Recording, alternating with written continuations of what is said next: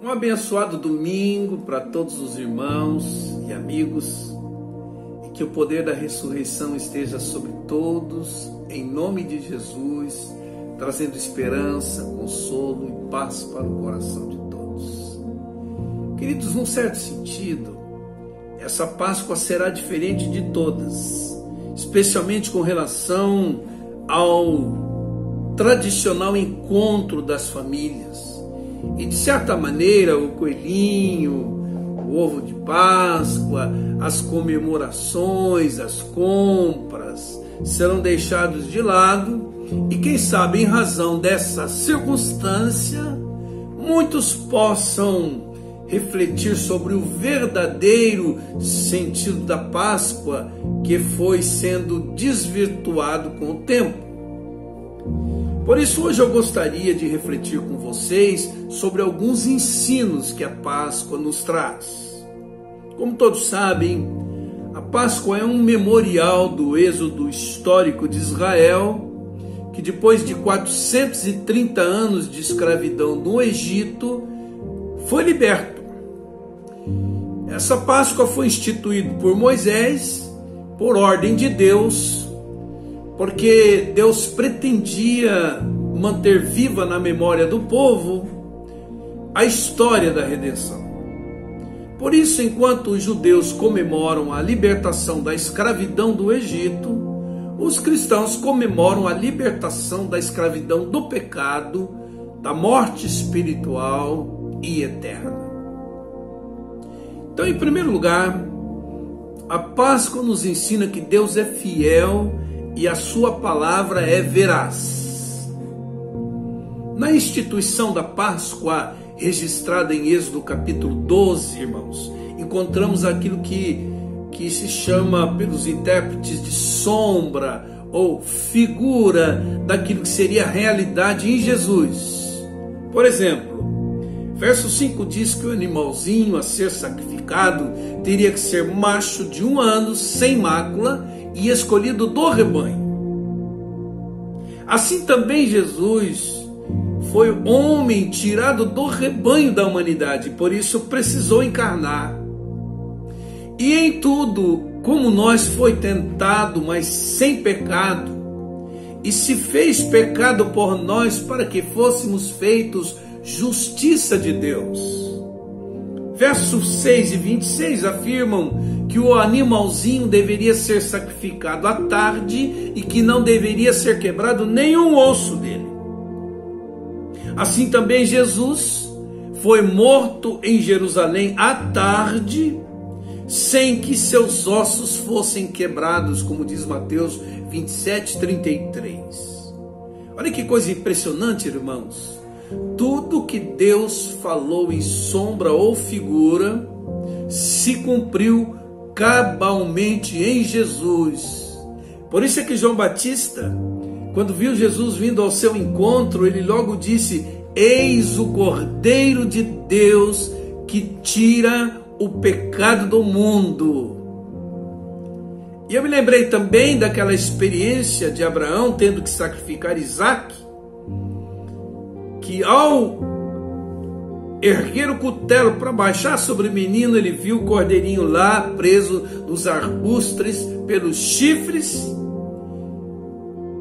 que substituiria Isaque no altar. Ele simbolizava o Senhor Jesus Cristo, que nos substituiria na cruz. Irmãos, isso ensina que Deus é fiel e a sua palavra é veraz. Por isso vale a pena amar, obedecer, servir, confiar num Deus que é fiel e vela pela sua palavra. E mais, se o nosso Redentor não tivesse cumprido em sua morte o que fora dito pelas Escrituras, ele seria um embuste, ele seria um engano. Mas o nosso Jesus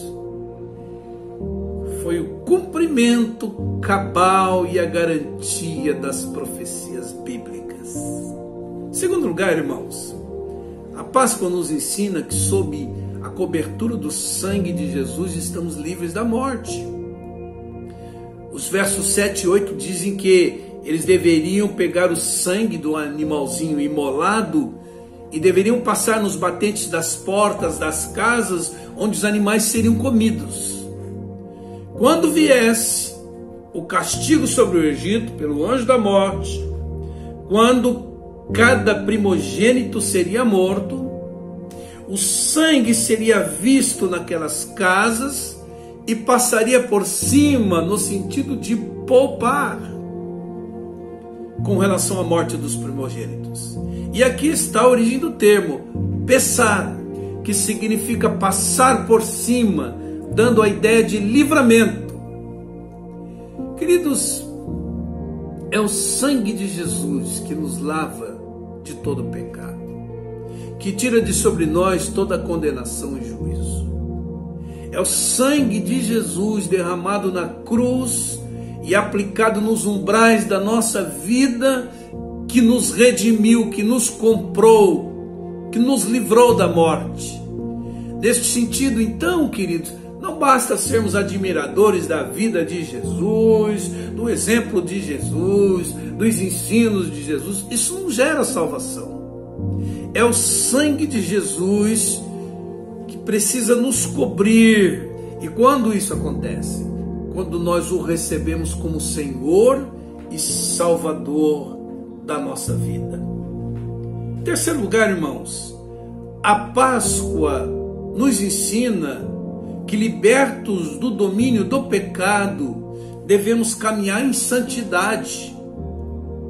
O verso 20 dá conta que eles não deveriam comer nada com fermento, o pão tinha que ser sem fermento. E é interessante observar que quando Paulo, o apóstolo, fala sobre a Páscoa, ele associa o fermento ao pecado. O fermento vem como símbolo do pecado. Por isso que em 1 Coríntios, capítulo 5, verso 7, ele diz: lançai fora o velho fermento, para que sejais massa nova, como sois de fato, sem fermento. Porque Cristo, a nossa Páscoa, foi sacrificado por nós, pelo que façamos a festa, não com o fermento da maldade e da malícia, mas com os asmos da sinceridade e da verdade. Queridos, nós que estamos em Cristo, não somos mais devedores à carne, não somos mais escravos do pecado, não precisamos nos conformar com este mundo no sentido de tomar sua forma. O poder de Satanás sobre nós foi relativizado, porque o nosso escrito de dívida foi rasgado e cravado na cruz. Nós estamos potencializados para viver em santidade, irmãos. Porque, como dizem as Escrituras, o pecado, o salário do pecado é a morte. Algumas coisas morrem dentro de nós quando pecamos, irmãos. E vejam quantos prejuízos o pecado traz para a nossa vida. Ele entristece o Espírito Santo, no qual nós somos selados. Você fica sem a voz do Espírito aqui. O pecado cauteriza a nossa consciência, a gente fica sem capacidade de captar os sinais de Deus. O pecado dá lugar ao diabo. O pecado gera culpa em nós. Satanás fica como um acusador, fustigando a nossa consciência. O pecado profana o sangue da aliança. O pecado compromete a nossa autoridade no mundo espiritual. O pecado compromete o nosso testemunho de vida cristã. Por isso, irmãos, não dá para celebrar genuinamente a Páscoa de Jesus dando guarida ao fermento do pecado no coração, profanando o sangue do testamento, pecando deliberadamente, habitualmente, abusando do Espírito da graça, sem que sejamos disciplinados e julgados por Deus, como diz o autor de Hebreus, no capítulo 10, e ele afirma que é horrenda coisa cair nas mãos de um Deus vivo. Então você que foi potencializado para viver vida santa, não brinque com o pecado. Quarto lugar, a Páscoa nos ensina que até chegarmos na nossa Canaã celestial, seremos sustentados por Jesus. O verso 8 diz que eles deveriam assar a carne na brasa e comê-la com os pães sem fermento e com ervas amargas.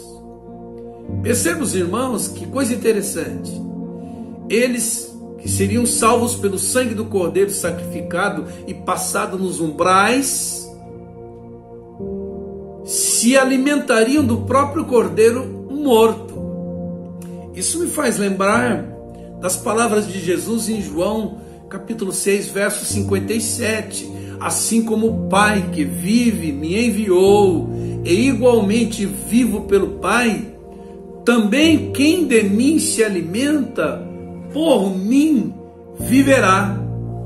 Ou seja, nós também fomos salvos pelo sangue, mas também nos alimentamos do Cordeiro. Queridos, é comendo da carne, bebendo do seu sangue, no sentido de encarnar seus ensinos, de seguir seu exemplo, de assumir seu senhorio na nossa vida, de nos deixar assemelhar por Ele, pelo Espírito Santo e pela Palavra. É assim que vamos nos alimentando do pão que desceu do céu, a saber, Jesus, e passamos a viver por Ele, a ponto de podermos dizer como Paulo, já não sou eu quem vive, mas Cristo vive em mim.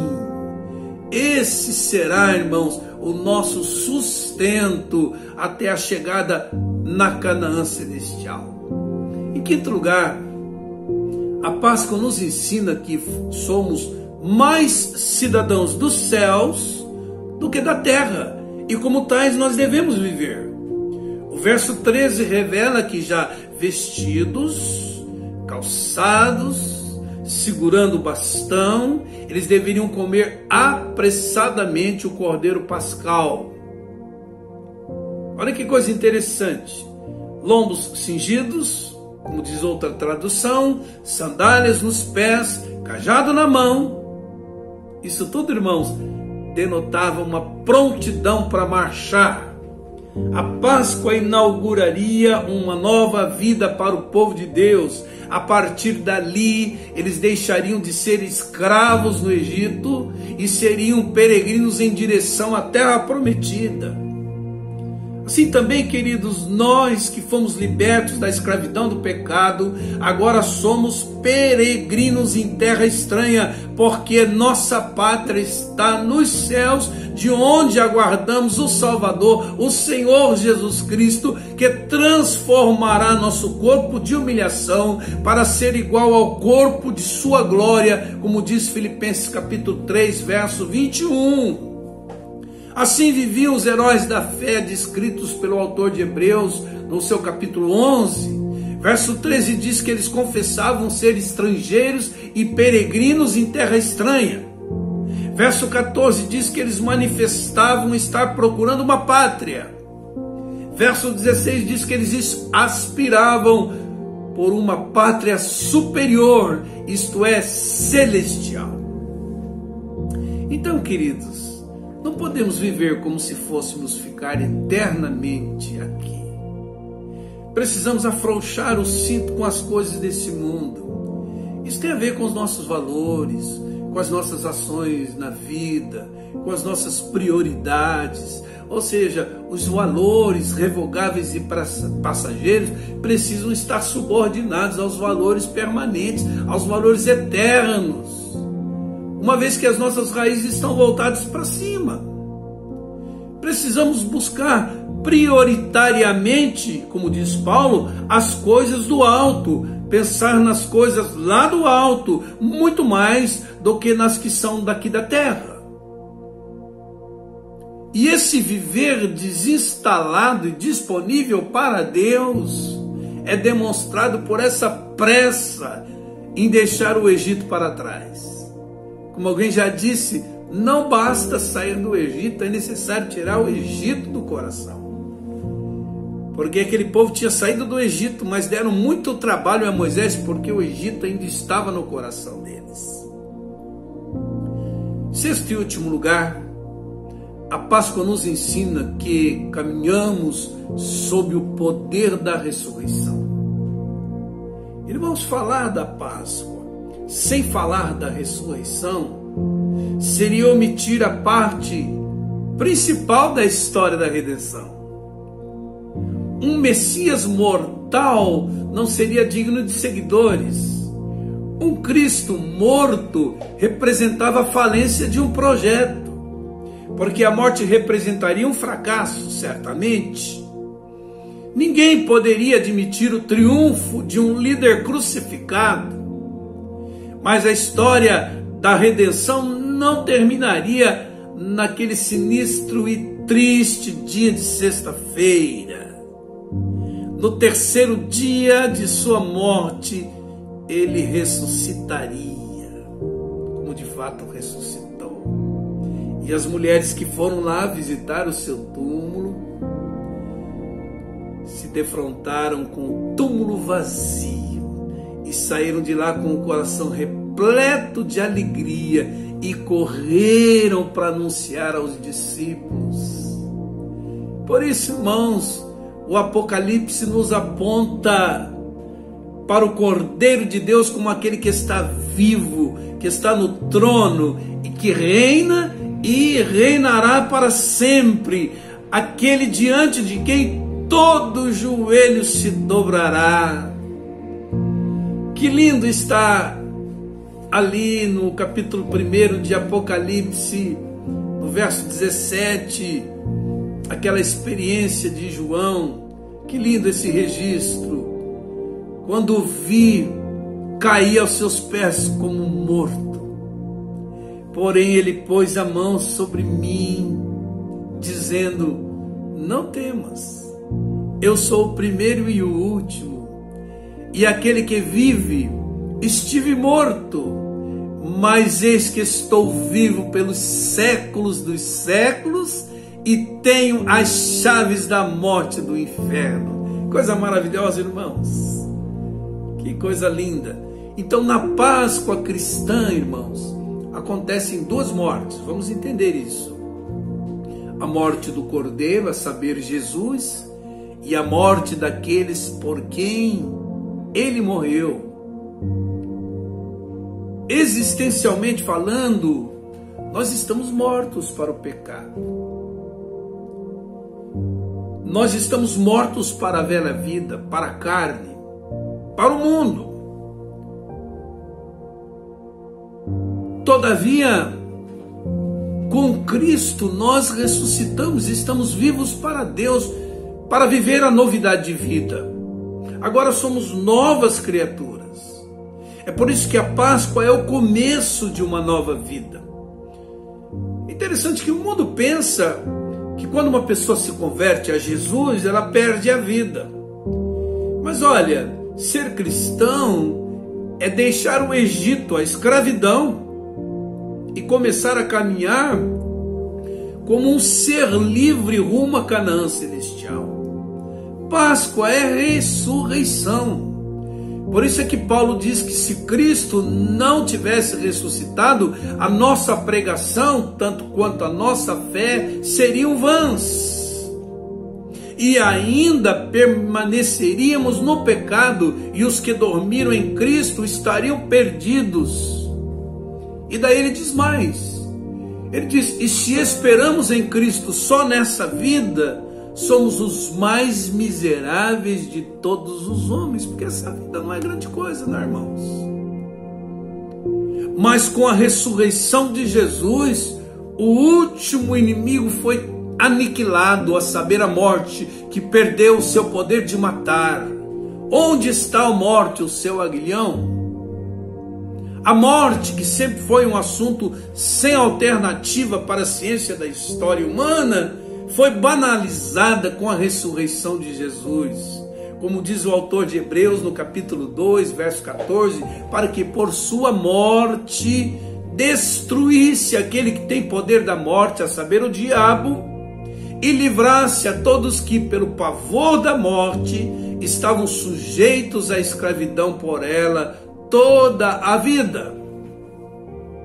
E não há poder maior, irmãos, que a restituição de uma vida que não está mais sujeita à morte, porque ressuscitará para nunca mais morrer e receberá um corpo revestido de incorruptibilidade, de imortalidade, quando for tragada a morte pela vitória.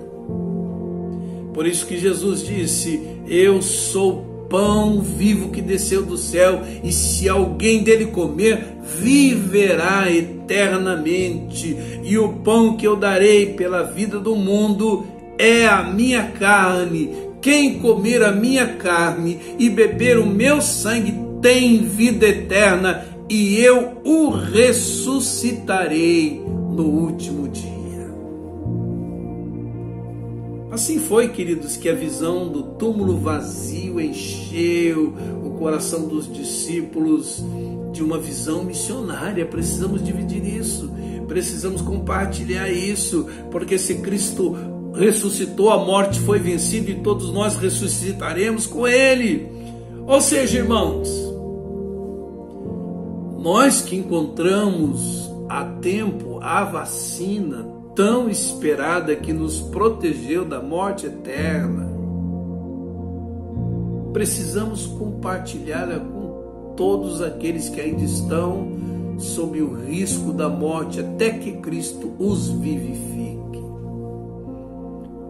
Nesse sentido, a melhor notícia que o mundo ouviu veio de um túmulo vazio, porque a história da redenção não termina numa noite de velório, mas numa madrugada jubilosa da ressurreição.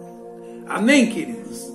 Louvado, engrandecido e exaltado seja o nosso Deus e Jesus, a nossa Páscoa. Vamos orar, queridos. Senhor Deus, em nome de Jesus, te louvamos, te glorificamos pela tua fidelidade e pela veracidade da tua palavra, e pelo privilégio que tivemos em discernir esses princípios espirituais. Também te glorificamos porque somos lavados, remidos pelo sangue de Jesus, recebemos de ti vida eterna, vida abundante, vida vitoriosa em Cristo. E agora, Deus, libertos do domínio do pecado, podemos caminhar em novidade de vida. Sustenta-nos, ó Deus, nessa caminhada. Queremos nos alimentar de Jesus para por Ele viver. Seja Ele o nosso pão, seja Ele a nossa força, seja Ele o nosso fôlego de vida, seja Ele o nosso exemplo, a nossa inspiração. Senhor, ajuda-nos a viver como peregrinos em terra estranha, cuja pátria está nos céus, afrouxando o nosso cinto com as coisas deste mundo, colocando as primeiras coisas em primeiro lugar, a saber, seu reino e sua justiça. Ajuda-nos a caminhar no poder da ressurreição. Eu oro como orou Paulo: ilumina os olhos do nosso entendimento, para que possamos discernir que o mesmo poder que ressuscitou Jesus dos mortos está em plena operação em nossa vida. Pedimos essas coisas nos méritos de Jesus e para a glória de Jesus. Amém e amém. Uma Páscoa abençoada a todos os irmãos e amigos, uma semana repleta das bênçãos de Deus, e até amanhã, com a graça do nosso bom Deus.